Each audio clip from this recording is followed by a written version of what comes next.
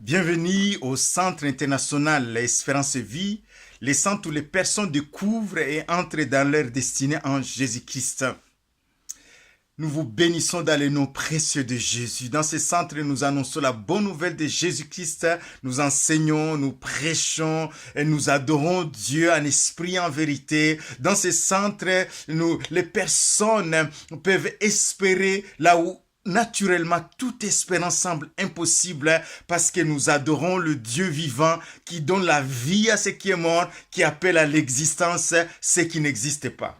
Nous sommes en train de traiter une série de messages. Bientôt, c'est Noël. On va parler de Jésus, le petit Jésus. On va parler des cadeaux. Mais Dieu nous a donné le merveilleux cadeau qui est Jésus-Christ. Nous sommes en train de regarder Jésus-Christ tout au long de la Bible. Nous parcourons la Bible. Nous avons vu Jésus dans la loi de Moïse, donc les 5 premiers livres de la Bible. Nous avons vu Jésus-Christ dans les prophètes. Et aujourd'hui, nous avons vu Jésus dans les psaumes. Jésus-Christ, dans les psaumes, ce sont des cantiques, il y a des prières, il y a l'adoration, il y a la louange. La plupart des psaumes ont été écrits par David, qui était un ancien roi d'Israël, à qui Dieu avait donné une promesse que il ne manquera pas de descendants sur son trône éternellement.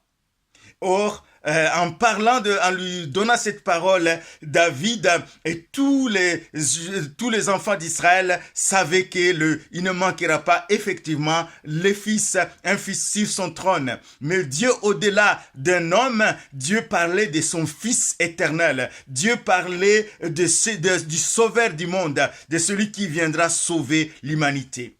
Dans les psaumes, on présente Dieu comme créateur, comme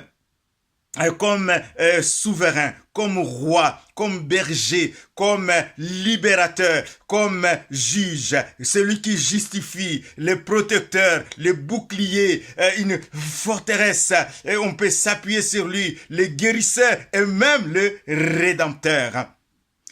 Aujourd'hui, nous allons voir Jésus dans les psaumes. Les psaumes sont parsemés de versets bibliques qui, dans des situations très compliquées, David, par exemple, pouvait vivre des situations compliquées, des conflits, le rejet, la moquerie. Il était entouré par des gens qui voulaient le tuer. Et donc, dans ces situations, il criait à Dieu. Et dans ces cris, comme il était loin de Dieu, comme il était sous l'onction de Dieu, il y a des paroles prophétiques qui sortaient de sa bouche qui concernaient Jésus. Dans le psaume 40, par exemple, David dira « Tu n'as voulu ni sacrifice, ni offrande, mais tu m'as formé un corps. » Et ça a été rappelé, ça a été reporté, ça a été révélé dans l'épître aux Hébreux au chapitre 10. Oui, tu m'as formé un corps. Il parlait de l'incarnation de Jésus. Je viens pour faire ta volonté, ô Dieu. Quelles que soient les situations, je vais faire ta volonté. Oh, quelle prière! Quelle prière! Quel homme de Dieu qui a traversé des moments difficiles me dit, je veux faire ta volonté et ta loi est au fond de mon cœur. Nous allons voir que tout au long aussi de la croix, Jésus-Christ va dire, je vais faire ta volonté. C'est la plus belle des prières, quelles que soient les situations que tu traverses. Jésus-Christ est présenté comme cet homme qui a présenté dans Épître aux Hébreux chapitre 5, il a présenté des prières avec larmes. Bien qu'il soit fils, il a appris l'obéissance par les choses qu'il a souffert, par la souffrance. Oui, il a traversé la souffrance, Jésus. C'est pourquoi c'est un sauveur merveilleux. Nous pouvons lui faire confiance, quelle que soit la souffrance que nous pouvons endurer. Jésus-Christ ne nous abandonnera jamais. Il nous comprend et il vient nous aider.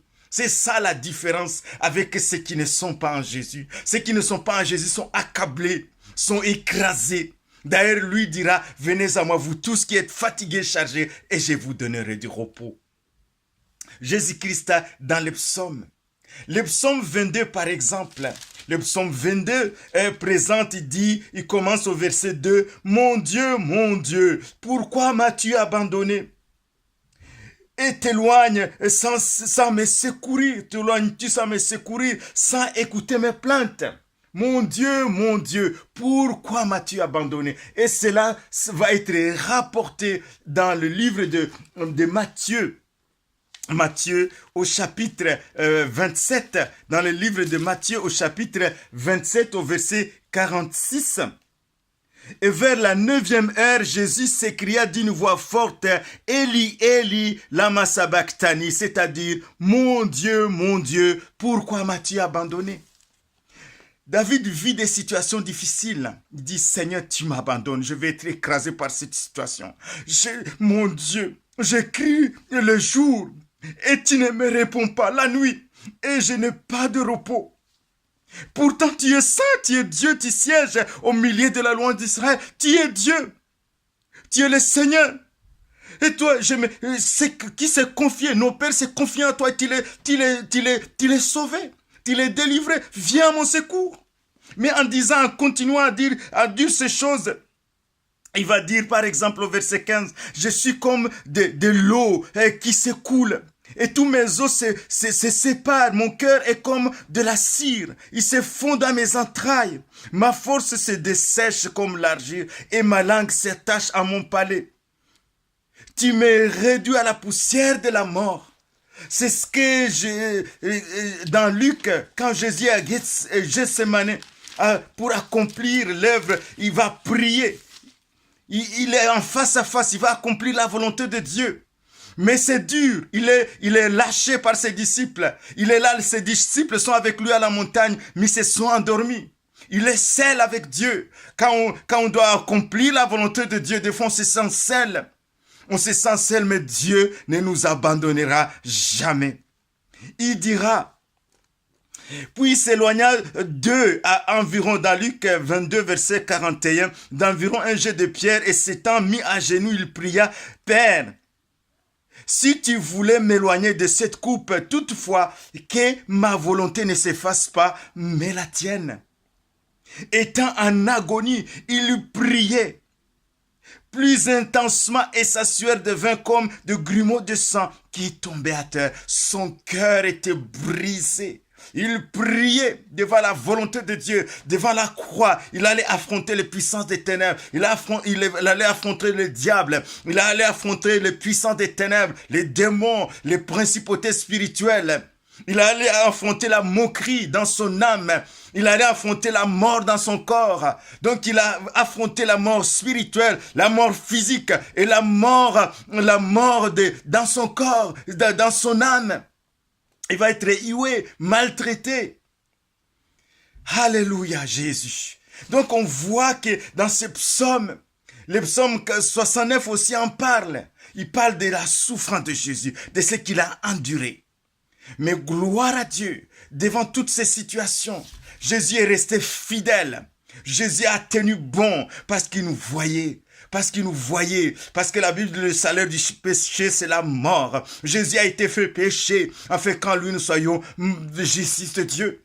Jésus est mort pour que nous ayons la vie et il ne nous abandonnera jamais. Quelle que soit la situation, mon frère, ma sœur, tourne les yeux vers Jésus. Il est vivant. Il va venir, crie à lui, il va venir, il va te restaurer, il va restaurer ton âme. Il a été abandonné pour que tu sois accepté. Il est mort pour que tu aies la vie. Il a été maltraité pour que tu sois béni.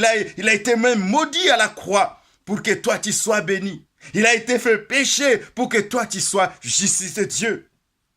Alléluia. Jésus, je t'aime. Jésus, je t'aime. Jésus, Jésus, Jésus, je t'aime. Dis seulement Jésus, appelle Jésus dans ta situation. Si tu vis dans des situations compliquées, difficiles, si tu ne vois qu'aucune espérance, crie à Jésus. Il est vivant. Il a dit, venez à moi, vous tous qui êtes fatigués, je vous donnerai du repos. Oui, le psaume de la résurrection. C'est David qui va parler de la résurrection dans des moments difficiles. Au psaume 16, il dira, j'ai constamment, verset 8, le psaume que j'aime beaucoup, j'ai constamment l'Éternel sous mes yeux, car il est à ma droite, je ne chancelle pas. Aussi mon cœur est dans la joie, mon esprit dans l'allégresse et mon corps repose en sécurité. Car tu ne livreras pas mon âme au séjour des morts. Tu ne permettras pas que ton bien-aimé voie la corruption. Tu me feras connaître les sentiers de la vie. Il y a d'abondantes joies devant ta face, des délices éternelles à ta droite. J'ai constamment l'Éternel sous mes yeux. J'ai constamment Dieu, il habite en moi par le Saint-Esprit. J'ai constamment, mes pensées sont remplies de Jésus. Mes pensées sont remplies de Dieu. Le Saint-Esprit habite en moi. J'ai constamment, quelles que soient les situations, je reste ferme. Je reste ferme parce que Dieu est avec moi. Celui qui a ressuscité Christ d'entre les morts ne permettra pas que je sois tenté au-delà de mes forces. C'est ça l'espérance de l'évangile. C'est ça l'espérance. Mais bien-aimé, quelle que soit ta situation, crie à Jésus, il est vivant. Il est vivant, il est mort pour que tu aies la vie. Il est là, à tes côtés, et que tu aies constamment Jésus-Christ sous tes yeux, dans tes pensées. Alléluia. Mais bien-aimé, voilà pourquoi Jésus aussi, la Bible dit, car, Hébreux 2, 18, je vais terminer par là, car ayant été tenté lui-même dans ce qu'il a souffert, Jésus-Christ a été tenté lui-même dans ce qu'il a souffert, il peut secourir ceux qui sont tentés. Il a été éprouvé par la souffrance, même de la croix, même avant la croix. Il a été même rejeté par sa famille.